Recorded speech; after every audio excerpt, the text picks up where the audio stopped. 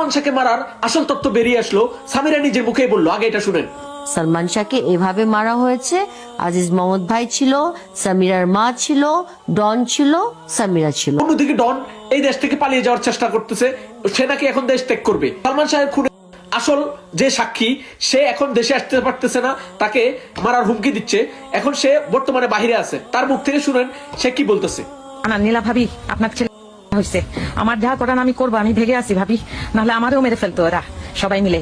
Lucy, আমার husband জন, সবাই মিলে আমার বাচ্চা ভিকি আর আমার। যারা সালমান শাহকে ষড়যন্ত্র করে তাকে দুনিয়া থেকে বিদায় করছে, তাদেরকে খুব দ্রুত আইনের আওতায় আনা হবে এবং সঠিক বিচার হবে। সালমান শাহের মা কি বলতেছে। আমি প্রথম থেকে বলেছি আমার ছেলেকে হয়েছে এবং পরিকল্পিতভাবে হয়েছে। সালমান শাহের বক্তরা সালমান শাহ হচ্ছে। আপনি যদি একমত থাকেন, ভিডিওটা শেয়ার করবেন আর এদের বিরুদ্ধে প্রতিবাদ করুন। ইনশাআল্লাহ এদের খুব শীঘ্র